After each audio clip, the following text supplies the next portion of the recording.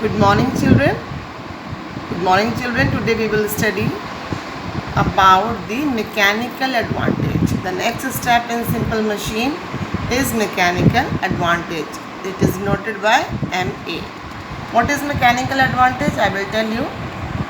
It is the ratio of the load to the effort. It is represented by MA.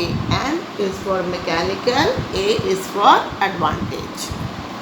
So therefore MA is equal to load upon effort. It is the ratio of load and effort. What are the conditions on which mechanical advantages depends? The first condition is if effort is less than load, then mechanical advantage is more than 1.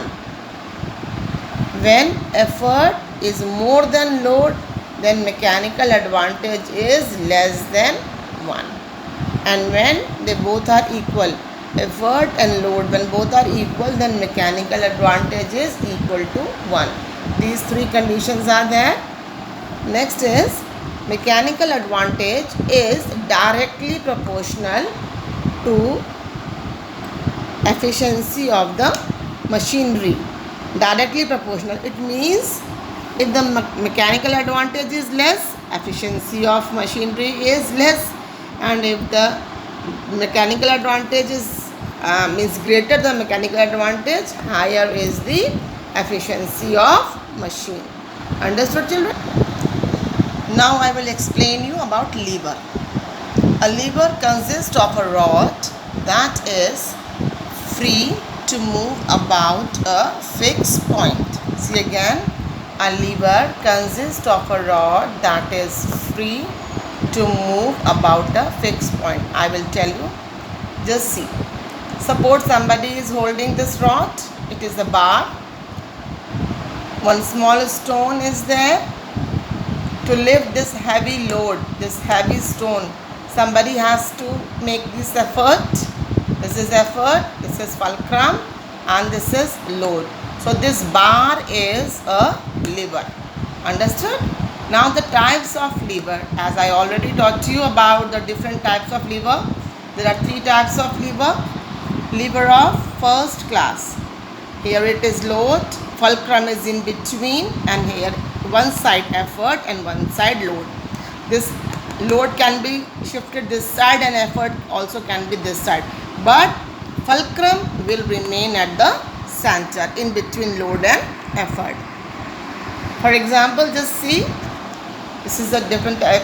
This is a scissor. Here we hold the scissor. Fulcrum is a nut, and here the load. Load is means it could be any cloth or any paper. Lever of second class. Load is in between.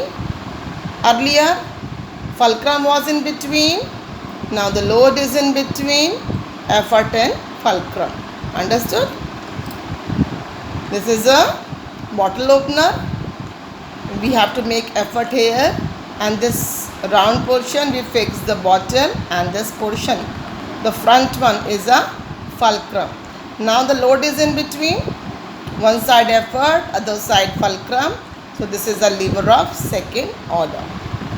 And the third class, lever of third class, here you can very well see effort is in between.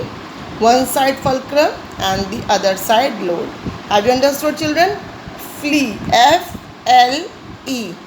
Lever of first order, fulcrum is in between.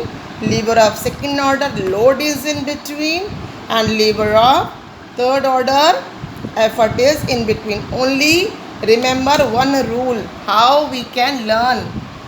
Fulcrum, load and effort. Flee. This flee you will remember. When fulcrum is in between, lever of first class. When load is in between, lever of second class. And when effort is in between, lever of third class. I must I hope you all must have understood about the liver of first class, second class and third class. This way, if you have remembered this flea, if you will learn, you will never forget about the liver. Understood? The next is principle of liver. Before starting principle of liver, I will tell you about two different things, about the load arm and about the effort arm. Just see children, this is the liver of first order because fulcrum is in between. The distance between load and fulcrum, this is the distance, this is called load arm, and the distance between fulcrum and effort, it is called effort arm. The distance between fulcrum and load is load arm, and the distance between fulcrum and effort is known as effort arm. So now we study about the principle of lever. What is principle of lever? Load into load arm is always equal to effort into effort arm. Okay, load into load arm is equal to effort into effort arm. It is when we write is like this in the form of ratio, load upon effort is always equal to effort arm upon load arm. The mechanical advantage, if we have to find out, mechanical advantage is equal to load upon effort. That is mechanical advantage if we want to take out in between effort arm and load arm, effort arm upon load arm. It is also a ratio, and mechanical advantage has no unit. Always remember, it has no unit.